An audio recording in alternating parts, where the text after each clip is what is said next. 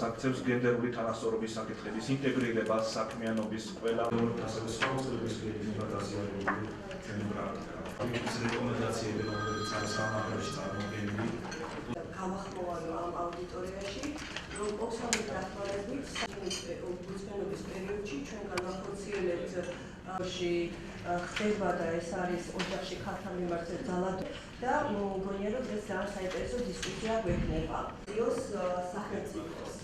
ჩვენ როგორც ხედავთ სადობის ამოყრას ბრძოლას ქალთა უფლებებისთვის და იმიტომ რომ რაც უფრო მეტად თავისუფალი და დამოუკიდებელი არა ეს კვლევა რამდენიმე თვის განმავლობაში მზადდებოდა დღეს მხოლოდ და მხოლოდ მისი პრეზენტაცია ხდება ეს ეხება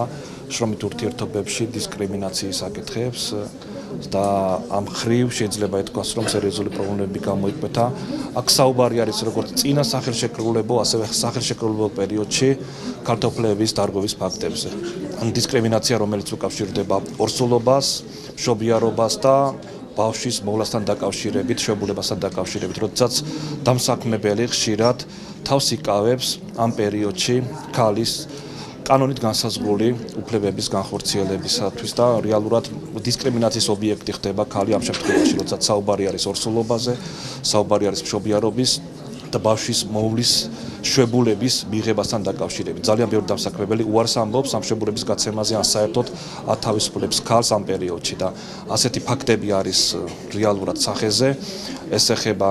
როგორც საჯარო ისე არასაჯარო და კერძო სტრუქტურებს, განსაკუთრებული სიტუაცია არის სწორედ კერძო სტრუქტურებში, სწორედ ამიტომაც რეკომენდაციები არის საკმაოდ მრავალმხრივი. ჩვენ გვინდოდა რომ ეს რეკომენდაციები წარგვედგინა საზოგადოების სხვადასხვა ფენისთვის, რა თქმა უნდა, ხელისუფლებისთვის არის დიდი ნაწილი რეკომენდაციების, მაგრამ ასევე ნაწილი რეკომენდაციები სწორედ ეხება კომერციულ სტრუქტურებს, სადაც ეს პრობლემები უფრო სერიოზულად დგას.